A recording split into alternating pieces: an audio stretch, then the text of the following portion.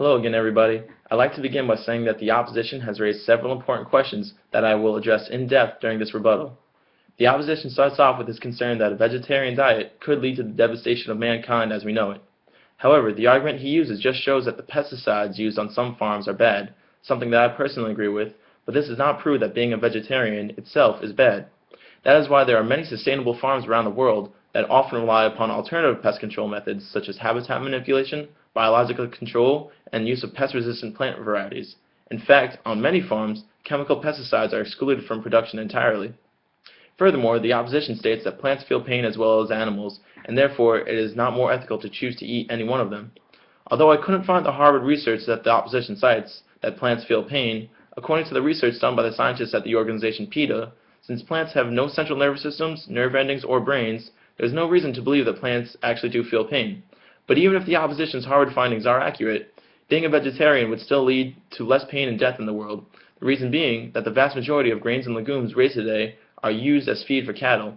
By eating vegetables directly, you save many more plants' lives than you would if you ate animals such as cows, who must consume up to 16 pounds of vegetation, an exorbitant amount of vegetation, in order to produce only 1 pound of flesh. Also, even if plants did have the capacity to feel the sensation of pain as intensely as animals do, as the opposition claims, stating that the fact that animals have more defensive capabilities than do plants becomes irrelevant when either one tries to defend themselves against the sheer might that is humanity. A chicken's talons or a cow's hooves are as defensively sound as a tomato's leaves when facing the mechanical killing monstrosity of a slaughterhouse designed by human brains, and thus this argument can be seen as negligible. The opposition and I both agree that animals can account for an alarming level of methane in the environment. However, these animals would not be causing this issue if not for the meat farming industries in the world. According to the research of the organization Greenpeace, since factory farms concentrate an enormous amount of animals in a very small area, the farms generate far too much manure to be absorbed by the land. Not only does all this manure create an overwhelming stench, it also releases hazardous gases such as methane into the air.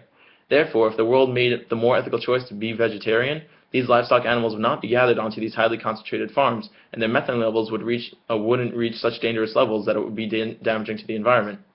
The opposition also claims that vegetarian farm laborers endure more hazardous working conditions than animal farm laborers. Although there are workers who work on vegetation farms that are mistreated, it is not the case for all or even most workers in the industry.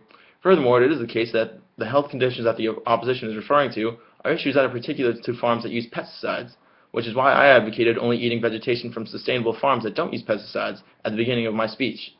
Again, I thank you all for your time and consideration of these important points that we raised today, and I thank my opposition for all his questions.